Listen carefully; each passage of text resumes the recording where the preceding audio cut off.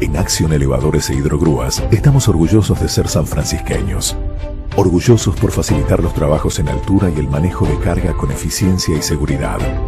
De generar trabajo de calidad con tecnología 4.0 y de exportar nuestro trabajo a más de 20 países. Orgullosos de trabajar con los emprendedores, las instituciones y los clubes locales. Estamos orgullosos de cumplir nuestra misión de crecer y hacer crecer, apuntando cada vez más alto desde nuestra ciudad. Acción. Elevadores e Hidrogrúas.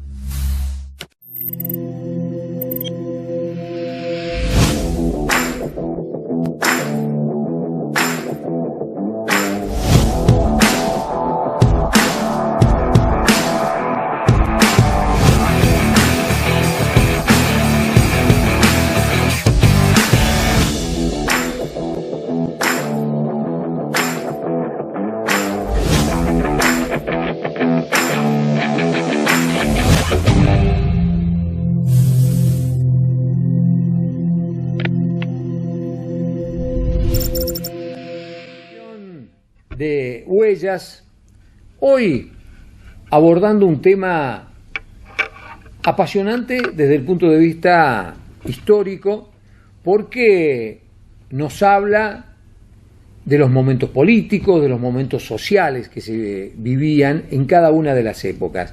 El tema tiene que ver con el nomenclador, con el nombre de las calles. El nombre de las calles ha sido desde siempre motivo de debate, motivo de discusión, y en estos nombres se ven reflejados muchas veces las ideas de quienes los impulsaban.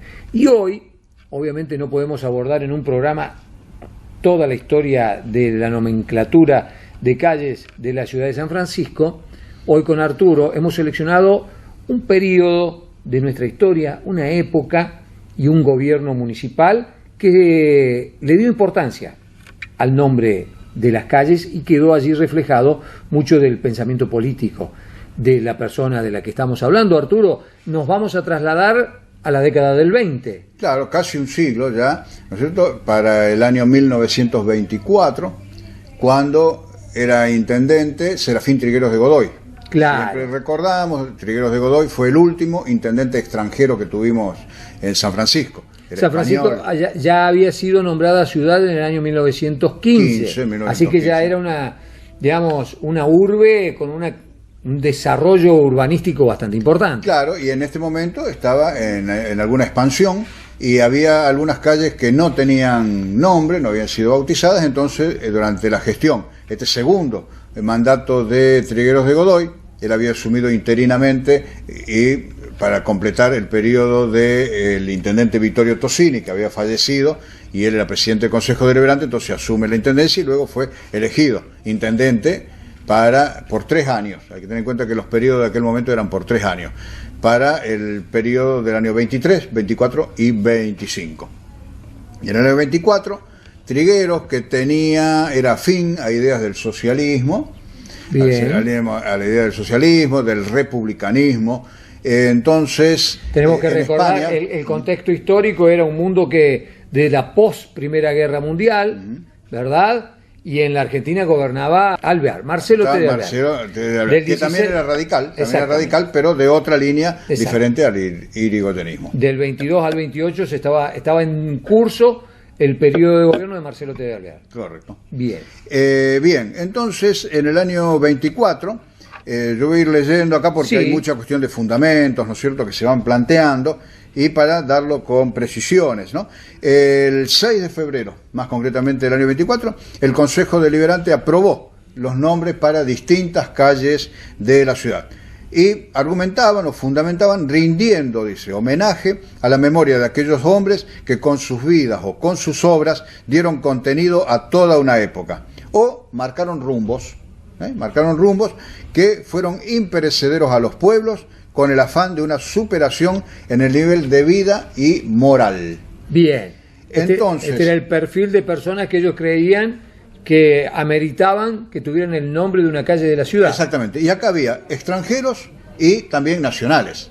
Por ejemplo, en ese momento es que se le ponen los nombres a la calle Lavalle, a Florentino Ameguino, se puso Dante Alighieri, no al actual Dante Alighieri, pero a una calle le habían puesto Dante Alighieri, a Olegario Andrade, a Pasteur, Florencio Sánchez, Luis María Drago, que fue un canciller nuestro, ¿no es cierto? Vicente López y Planes, todos estos nacionales. Pero lo curioso era que aparecían ahí una serie de nombres extranjeros, como Jean Jaurès, Henry George, Concepción Arenal, que fue una intelectual española. Tengamos en cuenta que acá hay varios nombres que son españoles a raíz del origen español del propio intendente. Claro.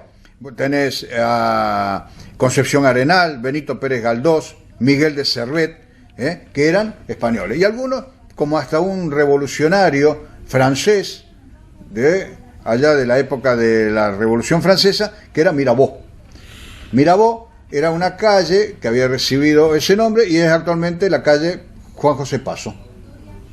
Esa calle te llevaba originalmente, cuando le ponen la primera vez nombre, el nombre de un revolucionario francés. Suenan a mis oídos, que bueno,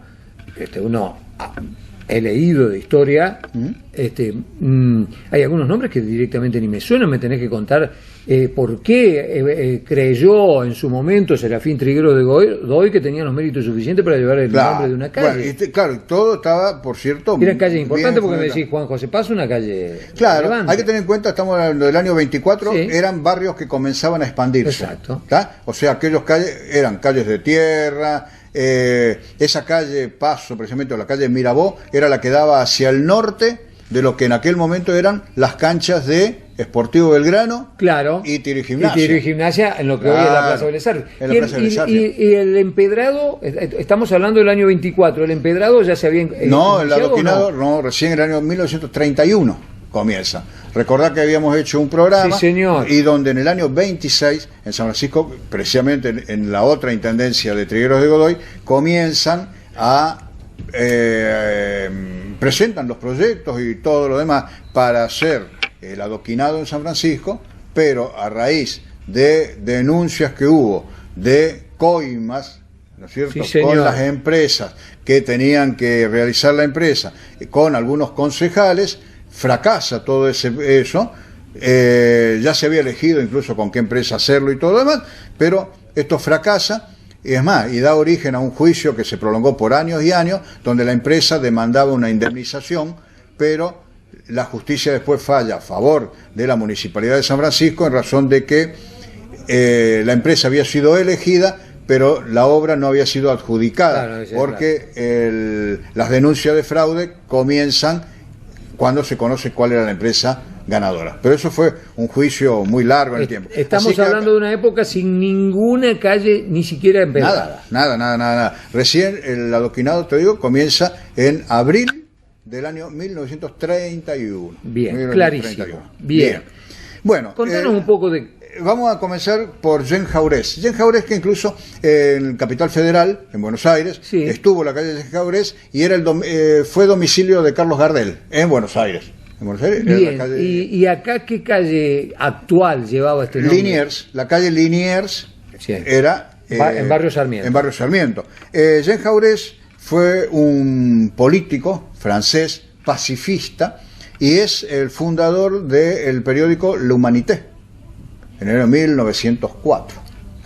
Un periódico que tiene actualidad. Sí, tiene vigencia. Sigue. Es un referente de la prensa francesa. Claro, sí. Jean Jaurès, como dije antes, fue una persona que él era un marxista, pero no era ortodoxo, no era un marxista ortodoxo. En cuanto a que, por ejemplo, él rechazaba la dictadura del proletariado y intentaba conciliar, que haya una conciliación entre lo que era el idealismo, las cuestiones ideales, y lo material. Claro. Es difícil lo que él planteaba. Lo individual y lo colectivo. Conciliar las ideas individuales con hacerlas trabajar con algo colectivo. Con el interés colectivo. Con el interés colectivo. La democracia con la lucha de clase. Y particularmente el patriotismo, lo que sea el patriotismo de la gente, con las cuestiones internacionales. Ser también abierto a las cuestiones internacionales, pero sin que desaparezca la cuestión nacional, claro, porque el socialismo de la época promovía el internacionalismo y decía que la lucha de clases no reconocía fronteras. Claro, mirá qué interesante. Bueno, esa era la personalidad de mirada. Jaurès. Ahora, precisamente por la prédica que él tenía, 3 días después que comienza la Primera Guerra Mundial, es decir, no se llamaba en aquel momento obviamente Primera Guerra Mundial, pero lo que fue la conflagración del año 14 al 18, 3 años antes de que comience este conflicto, que venía ya muy anunciado, La Gran Guerra. claro, un nacionalista francés lo asesina a Jean Jaurès. Muere asesinado, ¿no es cierto?, precisamente porque... Por estas ideas políticas. Por esas ideas políticas. Pero cuando termina en el año 18 la llamada Primera Guerra Mundial, en Francia se lo reivindica totalmente a Jean Jaurès porque vieron cuál era el resultado de la guerra, Claro. vieron qué es lo que pasó, las atrocidades que hubo. Entonces, a partir de ahí, comienza a ponerse el nombre de Jean Jaurès en plazas, en calles, no solamente en Francia, sino en distintos lugares del mundo, en Buenos Aires y en San Francisco también. Tuvimos poco tiempo después de la muerte de él, porque él muere en el año 14, 10 años luego, en San Francisco había una calle que lo reconocía a este pacifista francés. Excelente, muy bien. Y bueno, después cuando ya se produjeron cambio de nombres en las calles de la ciudad, esa calle pasó a ser Liniers. Bien, bien, Muy bien. sigamos. Otro caso interesante, que también era con ideas afines a las que tenía Trigueros de Godoy, es la calle Henry George. Henry George. Henry George. Henry George fue un economista... ¿Qué calle actual llevaba ese nombre? Brown, la calle Brown. Almirante Brown. Almirante Brown es Henry George. Henry George fue un economista norteamericano. Sí. Un economista norteamericano, pero muy influyente en ideas del siglo XIX. Tenés que tener en cuenta que George muere joven, pero en 1897. Y después de haber difundido muchísimo sus ideas, que se basaban en aplicar un impuesto único. Un solo impuesto tenía que haber. Y además, él veía al impuesto únicamente aplicado sobre la tierra. Estaría escandalizado en la actualidad de la Argentina, por ejemplo, con más de 40 impuestos. Además, 50. porque él sostenía que no tenía que pagarse ningún impuesto sobre lo que el hombre o las personas pueden crear. Lo que vos producís no tiene que tener impuestos. Eso tiene que salir a la venta, a la comercialización, sin impuestos. Eso sostenía Henry George. Es más, Trigueros de Godoy, en este mismo periodo del año 23 al año 24, había traído a San Francisco a conferencistas que venían a explicar lo que era el georgismo. Y hubo, pero infinidad de gente que fue a asistir a ver de qué se trataba, porque el georgismo era una especie de corriente económica que quería imponerse en algunos lugares del mundo, y Trigueros la quería aplicar también acá. Obviamente no avanzó, ¿no es cierto?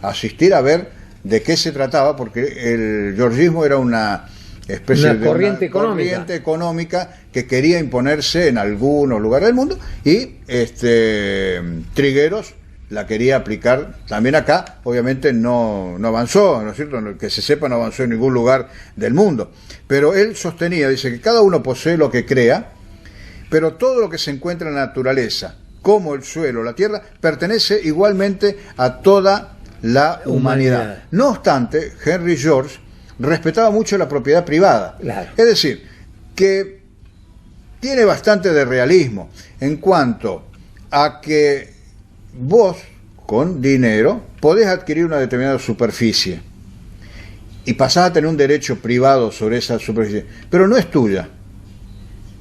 En definitiva, no es tuya. Es de la humanidad, por eso tenés que pagar un impuesto. Claro, claro, pero es que en la realidad es así. O sea, nadie se lleva el bien material que tiene, menos si es el suelo. El suelo va a ser de tus sucesores. Hay un derecho adquirido sobre eso. No es que vos vas y te apropias. El Estado sería como el dueño de eso, y vos le vas adquiriendo al Estado, luego podés venderlo. O sea, es lo que se hace habitualmente con una tierra, pero la tierra no es tuya. Entonces lo que se produce de esa tierra es tuyo, eso sí es tuyo, no la tierra en sí. Entonces vos tenés que pagar un único impuesto por la tierra. Se entiende perfectamente. La producción es tuya, es lo que vos creás. Una idea en términos teóricos muy interesante y sí, es productiva, muy polémica, pero también muy interesante. Claro. Así que nosotros teníamos una muy calle difícil de aplicarla, que hacía referencia a este economista. Y es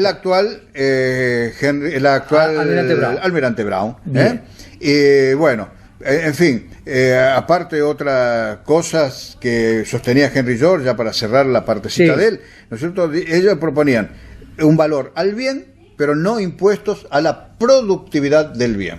Eso para que quede así bien claro. Bien, también no todo pasaba por, vimos recién un pacifista, vimos un economista, pero también Trigueros apuntó a la intelectualidad. Trigueros era un gran lector, pese a lo que muchos sostienen, ¿no es cierto?, que lo calificaban incluso de una persona con un alto grado de ignorancia. Trigueros era un gran escritor, un gran lector y una persona, digamos, muy culta Trigueros. Entonces también le rinde homenaje a Concepción Arenal. Fíjate vos, en aquel momento, donde mucho predominaba el nombre del varón, él elige acá una mujer española también, Él rescataba mucho lo que sea lo español, si bien, como hemos visto, incluyó muchos nombres de próceres argentinos también, ¿no? Pero acá estamos hablando de los extranjeros. Concepción Arenal fue una novelista muy destacada en España, en la España del siglo XIX, una pensadora, pero además Concepción Arenal fue una pionera del feminismo en España. Mirá, y él rescata a una feminista y le pone el nombre a una calle en San Francisco. Le pone el nombre en una calle en San Francisco. Y teniendo en cuenta, estamos hablando de pleno siglo XIX. Claro. Y fue, siglo XIX cuando vivió Concepción Arenal, ¿no? Y ya era reconocida en su momento como una líder feminista y sufragista. Claro. Que eran las mujeres que reclamaban también el voto. El derecho al voto. El derecho al voto, que estaba reservado exclusivamente para varones. Estás hablando del siglo XIX, pensemos. Claro, ella nació en 1820 y murió en 1893. Así que, digamos, su vida más útil en cuanto a los planteos que hacía, como del año 50, podríamos ir hasta el 80 aproximadamente. Peleaba por el sufragio en esa época, y pensemos que en la Argentina llegó el sufragio femenino recién a mediados del siglo XX. Y en una España monárquica. Claro. En una España monárquica. Entonces, no solamente ella se dedicaba a la literatura y a escribir y a hacer periodismo, sino que también fue considerada la precursora del trabajo social en España. Estamos hablando de 150 años atrás. Claro. Muy interesante. ¿No? Y ella defendía a través de sus publicaciones a las comunidades religiosas, que practicaban la beneficencia, el beneficio para las personas más necesitadas. Y además denunció siempre la situación carcelaria en España, tanto para hombres como para mujeres. O sea que los sitios de detención que había en el siglo XIX en España no eran, digamos, acordes a algunas cuestiones humanitarias, entonces ella los denunciaba, tenía esas denuncias, y lo mismo en lugares donde se atendía la salud, y también criticaba el hecho de que había mucha gente que había caído en una situación de mendicidad en España y que tenían que resolver esa cuestión social. Por eso se la destaca como una trabajadora social española en aquel momento. Así que bueno, fue una de las precursoras del feminismo, podríamos decir, mundial. Claro. Y en San Francisco tuvo una calle, que actualmente la calle Concepción Arenales es Ramón y Cajal. Bien. Otro español. Bueno, sí, señor. Ramón y Cajal. Luego pasamos a otro español más. A ver. Este ya del siglo XVI, más allá en el tiempo, que es una persona que en las ideas es un poco afín a algunas de las cosas que sostenía también Trigueros de Godó. Es Miguel de Servet. ¿Quién era Miguel? La calle Miguel de Servet es la actual Larrea. La actual Larrea se llamó originalmente Miguel de Servet. Miguel de Servet era un español que se dedicó a múltiples disciplinas: la astronomía, meteorología, geografía, teología, y la parte teológica es lo que lo lleva a un final trágico, dramático, pero también hay un gran reconocimiento médico a Miguel de Servet, estamos hablando del siglo XVI, que es el que descubre el tema de la circulación sanguínea en los pulmones. ¡Apa! Y la función que tenía el pulmón de oxigenar la sangre que luego iba al corazón y al resto del organismo de las personas. Eso es un descubrimiento de Miguel de Servet en la parte médica. Pero él era un protestante en un tiempo donde la Iglesia Católica... Recién la reforma estaba en marcha, siglo XVI. Y él cuestiona la Trinidad. Cuestiona la Trinidad. Entonces, hasta el propio Calvino, que era protestante, y a la línea protestante que respondía Servet respondía a Calvino, Calvino mismo lo deja de lado, lo cuestiona, lo deja de lado. O sea, era llegar a mucho, ¿no es cierto?, ese cuestionamiento que él hacía del dogma de la Trinidad. El tema es que él tiene que irse, ¿no es cierto?, muy cuestionado y con peligro de su vida, de España se va a Suiza, pero en Suiza en una oportunidad es reconocido, es capturado, sometido a los juicios que se sometía en la época a los que, bueno, iban en contra de la religión católica, claro, en contra de la Iglesia. Estamos en plena época de la Inquisición. En plena época de la Inquisición. Y es condenado a la hoguera, y ese es el final de Miguel de Servet. Miguel de Servet muere en Ginebra, ¿no es cierto?, quemado, claro, quemado vivo, naturalmente, junto con un ejemplar de sus libros. Lo queman junto al libro, y hay que tener en cuenta por qué queman un libro. No había tantos libros, o sea, era una época en la que no se editaba de un autor un montón de libros. Ya estaba la imprenta, pero era una cosa muy... Claro, pero el inicio de la imprenta, claro. Además, obviamente, cuando se encontraban los libros de Servet o los textos de Servet, se destruían, porque iban en contra. Pese a eso se conservaron después con el tiempo también algunos de esos ejemplares, pero también los libros científicos de Servet. Pero él muere por cuestionar el dogma de la Trinidad. Entonces, luego, ¿no es cierto?, de todos modos, con el paso del tiempo se lo reivindica también a Miguel de Servet y pasa a ser, en algunos círculos mundiales, un símbolo de la libertad de expresión. Claro. Porque él, por expresar lo que él quería, fue condenado a muerte. A la hoguera. A la hoguera. Bien. Otro personaje que tuvimos en San Francisco, ¿no es cierto?, y que nos llamaría la atención al día de hoy en los nombres, es la calle Mirabeau, como mencionamos recién, sí, antes, ¿no es cierto?, que es la actual JJ Paso. Mirabeau es ya desde el siglo XVIII y es un personaje que, viniendo de una familia noble, él era el conde de Mirabeau. El conde de Mirabeau, viniendo de una familia noble, vivió siempre endeudado y en consecuencia, en aquellos tiempos, a los que tenían deudas se los metía preso. Claro. Iban a la cárcel, pagaban con la cárcel las deudas. Así que su padre tuvo que infinidad de veces aportar dinero para liberarlo de la cárcel. Pero él era una detrás de otra, ¿no? O sea, era un poco díscolo, digamos. Era un hijo díscolo de una familia de la nobleza en Francia. En Francia, en París. En París. Y el tema es que él tiene después un acercamiento importante a Luis XVI.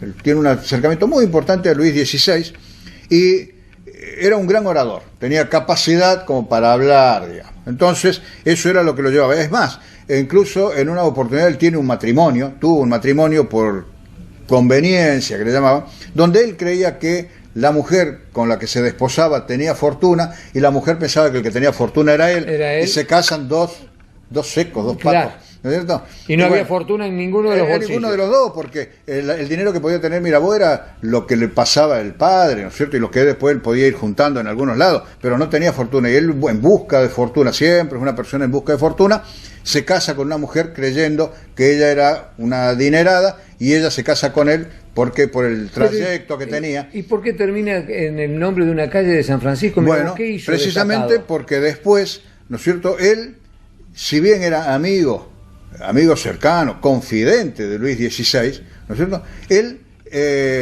aborrecía el absolutismo. Luis XVI, el último rey de Claro, el Francia. esposo de María Antonieta. Claro. El esposo de María Antonieta. Que luego Luis XVI termina en la guillotina, como después terminó también en la guillotina María Antonieta. El tema es que él defendía una monarquía constitucional, quería llevar a que la monarquía sea constitucional. Por eso, incluso todavía Luis XVI sobrevive sobre los primeros años de la Revolución Francesa y recién en el año 93 es cuando lo ejecutan, ¿no?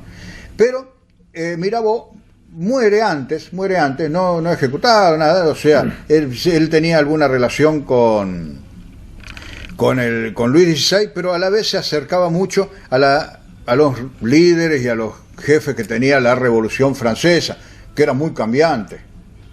Había una sucesión, ¿no es cierto? No vamos a abordarla ahora, pero entre quienes eran los líderes, muchos de ellos terminaron en la guillotina. Sí, señor. El propio Dalton, ¿no es cierto?, que termina guillotinado, Robespierre, y fueron los que lo habían impulsado. O sea que era hoy dirían que un pase de factura, claro, un pase de factura. Había constante. muchas internas en la Revolución Francesa. Claro, y entre ellos estaba Mirabeau. El tema es que él muere, ¿no es cierto? Muere relativamente joven, 42 años tenía cuando muere Mirabeau y había hecho todas. Y los revolucionarios, ¿no es cierto?, lo tienen como un emblema. Lo reivindican como un hombre de la revolución. Y le hacen unas honras fúnebres tremendas y lo llevan, ¿no es cierto?, al panteón de los héroes que tenían ellos, todo, hasta 3 años luego.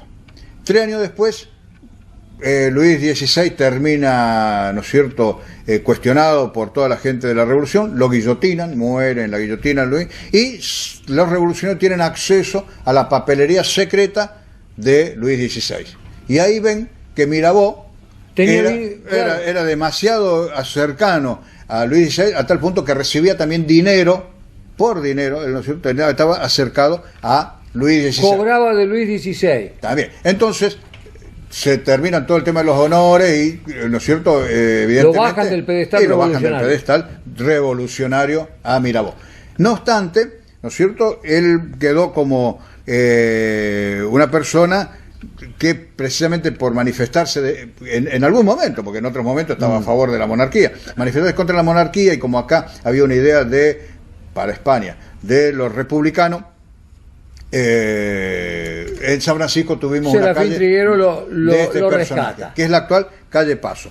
Y el último es también otro español, que era Benito Pérez Galdós. Bien, Benito Pérez Galdós, editorial. Claro, la editorial Pérez Galdós, que es homenaje a este autor, ¿no? Este novelista, este escritor español. ¿Esta cuál era la calle que llevaba este nombre? Jerónimo del Barco. Jerónimo del Barco. Jerónimo del Barco es el diputado cordobés que consiguió para San Francisco la escuela normal. Sí. Por eso la calle ahora lleva ese nombre. Se saca el de Benito Pérez Galdós y se le pone Jerónimo del Barco a esa calle. Él era político, también novelista, pero lo consideran, dice, uno de los mejores representantes de la novela realista del siglo XIX, no solo en España, y es considerado el mayor novelista español. Se lo consideraba por lo menos en aquel momento, estamos hablando de un siglo atrás, luego surgieron otros autores, por cierto, pero se lo consideraba en aquel momento el mayor novelista español después de Cervantes. Mirá. Se los consideraba así. Bien relevante, un hombre de la cultura. Y él dice que le aportaba a la narrativa una gran expresividad y mucha hondura psicológica a los personajes, o sea, que no escribía, digamos, novelas livianas, sino que él tenían un buen contenido. Porque él dice que tomaba del pueblo, de lo popular, tomaba las historias y él se las devolvía luego a los lectores artísticamente transformadas. Claro. O sea, que le metía valor, era el valor agregado, digamos, Claro. su creatividad, su imaginación, él la volcaba para enriquecer y resaltar estas cosas que él veía en el pueblo. Esa era la cualidad de Benito Pérez Galdós. El tema es que a tal punto era importante en la literatura española que en el año 1912 lo proponen para que sea premio Nobel de literatura. ¡Apa! Claro, pero esto no se lleva adelante porque ocurre que Benito Pérez Galdós era un anticlerical Nato. Nato. En una época donde el clericalismo era muy fuerte en España. Claro, era fuerte. Entonces, los sectores conservadores y los conservadores y conservadores católicos españoles hicieron toda la campaña posible, ¿no es cierto?, para que no gane el premio, no se le entregue el premio Nobel. Y además Lo boicotearon. lo boicotearon, claro, le hicieron, ¿no es cierto?, campaña en contra, porque lo que se resalta en las crónicas sobre Benito Pérez Galdós es que el catolicismo tradicionalista nunca le reconoció valores intelectuales y literarios a la obra de Galdós. Y sin embargo, fíjate vos que por otro lado, los otros decían que era lo más grande que había, claro, para aquella época, después de Cervantes. Y estos decían que su obra no tenía ningún valor. Así que con esos argumentos, bueno, influenciaron bastante sobre lo suficiente, ¿no es cierto?, sobre el comité Nobel para que no le den el premio Nobel. Bueno, y él después fue político, no obstante, era un republicano socialista, y bueno, y llegó a ser diputado, ¿no es cierto?, en las cámaras españolas y todo lo demás, así que se lo reconoce, ¿no es cierto?, a Benito Pérez Galdós también con una calle aquí en San Francisco. Y él había muerto, Pérez Galdós murió en el año 1920, apenas 4 años antes de que Trigueros de Godoy decida ponerle su nombre a una calle de San Francisco. Arturo, interesantísimo, ¿no? Y cómo las ideas políticas de Serafín Trigueros de Godoy impregnan la selección con hombres que adherían a las ideas socialistas, al anticlericalismo, ¿no es cierto? Y a ese perfil ideológico. ¿Y Trigueros de Godoy tiene alguna calle en la actualidad? Claro.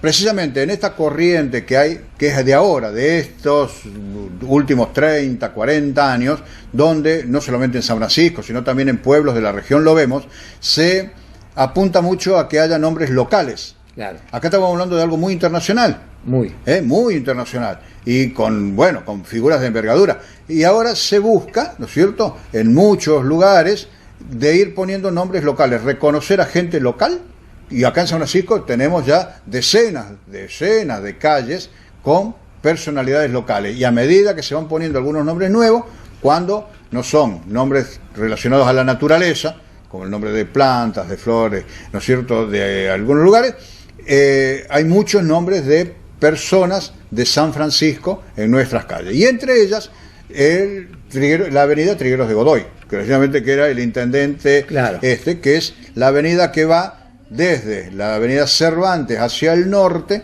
y que hacia el sur es avenida Chile. Claro. Hacia el sur es Chile y hacia el norte Trigueros de Godoy. Una avenida que con el paso del tiempo va a tener una prolongación bastante importante en razón de que hacia el norte es donde se va extendiendo la ciudad. Pero aparte también, durante la intendencia de Martín Yarriola, se le impuso el nombre de Trigueros de Godoy al edificio que pertenece a la Dirección de Tránsito. Claro. También en la avenida Cervantes, muy cerca de donde está la avenida que tiene el nombre de Trigueros de Godoy, hay un busto, se ha puesto un busto de Trigueros de Godoy, que fue la persona que más veces fue elegido intendente, claro, en San Francisco. Una vez asumió para cumplir, como dije antes, el mandato de Vittorio Tosini, luego fue varias veces intendente y la última vez fue designado comisionado durante el peronismo. Allá en el año 40 y al final de los 40, Trigueros vuelve a la Intendencia de San Francisco y es la persona que más cantidad de veces ocupó el cargo. Claro, pero no la cantidad de años. Pero Porque no los periodos eran de 3 años y como comisionado fue, digamos, 1 año, nada más. O sea, pero en cantidad de veces, más veces, no en años. En años, el que tiene la suma mayor es Jorge Bucco, claro, que fue 12 años consecutivos. 12 años consecutivos. Los demás, 8 años. Arturo, interesantísimo. Seguramente a ustedes también les habrá resultado curioso y revelador esta historia de la nomenclatura de calles en la ciudad de San Francisco, que es un tema que recién comienza, porque seguramente volveremos a abordarlo. Gracias por su compañía. Nos reencontramos en otra emisión de Huellas en Radio Canal. Macoser, para sus productos Singer y Florencia, presentó con exclusividad este programa de difusión educativa y cultural.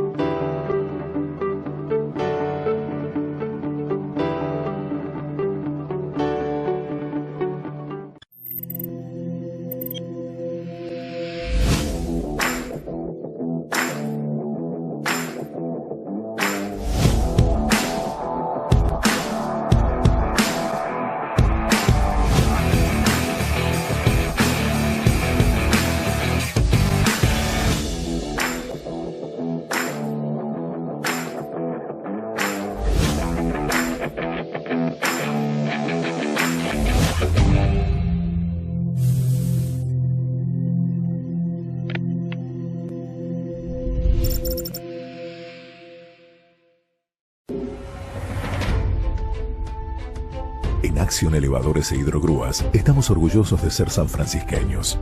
Orgullosos por facilitar los trabajos en altura y el manejo de carga con eficiencia y seguridad. De generar trabajo de calidad con tecnología 4.0 y de exportar nuestro trabajo a más de 20 países. Orgullosos de trabajar con los emprendedores, las instituciones y los clubes locales. Estamos orgullosos de cumplir nuestra misión de crecer y hacer crecer, apuntando cada vez más alto desde nuestra ciudad. Acción. Elevadores e Hidrogrúas.